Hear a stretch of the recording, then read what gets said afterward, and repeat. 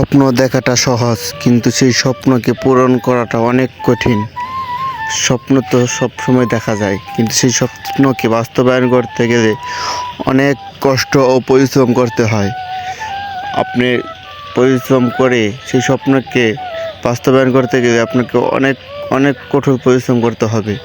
আপনি যে কোনো কাজকে সফল করতে গেলে আপনাকে প্রচুর সময় দিতে হবে, সেই কাজের প্রতি প্রচুর সময় দিতে হবে এবং অনেক মূল্যায়ন করতে হবে সেই কাজকে কখনো ছোটো ভাবা যাবে না। আপনি যেই কাজই করেন না কেন সেটাকে বড় ভেবে করতে হবে, কারণ সেই কাজের মাধ্যমে আপনার সফলতা হবে। আপনি যদি সফল হতে চান তাহলে সব কাজকেই গুরুত্ব দিয়ে করতে হবে। আপনি কৃষিকাজকে গুরুত্ব দিতে হবে, আপনি ব্যবসাকে গুরুত্ব দিতে হবে।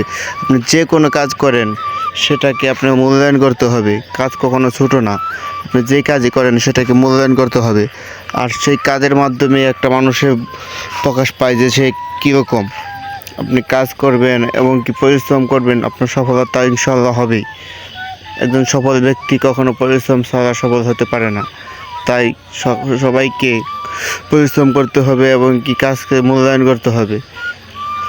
ইনশাআল্লাহ সবাই কাজকে আমরা মূল্যায়ন করব, এই বলি।